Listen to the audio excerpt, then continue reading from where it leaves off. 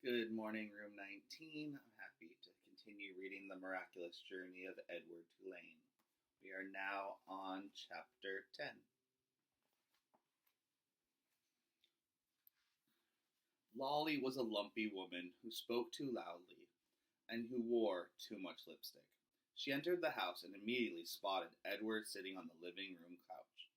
"What's this?" she said. She put down her suitcase and picked up Edward by one foot. She held him upside down. "That's Susanna," said Nellie.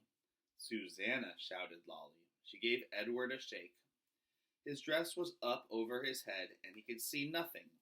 Already he had formed a deep and abiding hatred for Lolly. "Your father found her," said Nellie. "She came up in a net, and she didn't have no clothes on her, so I made her some dresses." "Have you gone skivvy?" shouted Lolly. "Rabbits don't need clothes." "Well," said Nellie. Her voice shook. "This one seemed to." Lolly tossed Edward back on the couch. He landed face down with his arms over his head and his dress still over his face.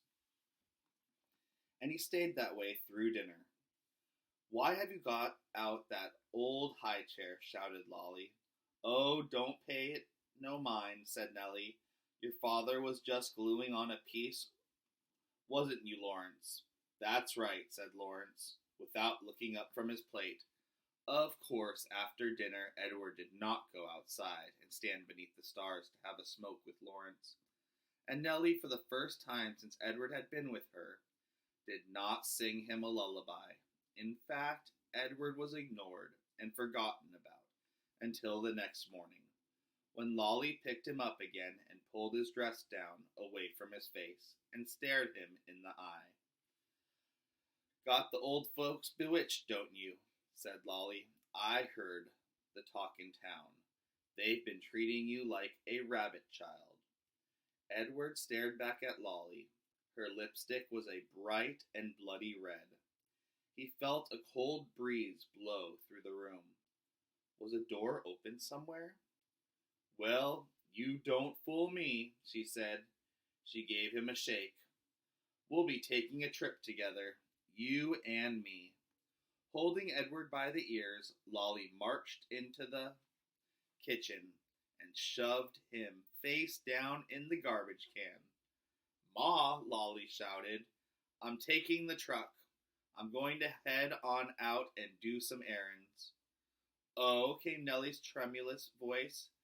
"That's wonderful, dear. Goodbye, then." "Goodbye," thought Edward as Lolly hauled the garbage can out to the truck. "Goodbye," Nellie called again, louder this time. Edward felt a sharp pain somewhere deep inside his china chest. For the first time, his heart called out to him. It said two words: Nellie, Lawrence. And that concludes Chapter 10. Hope everyone has a wonderful spring break. Take care, Room 19.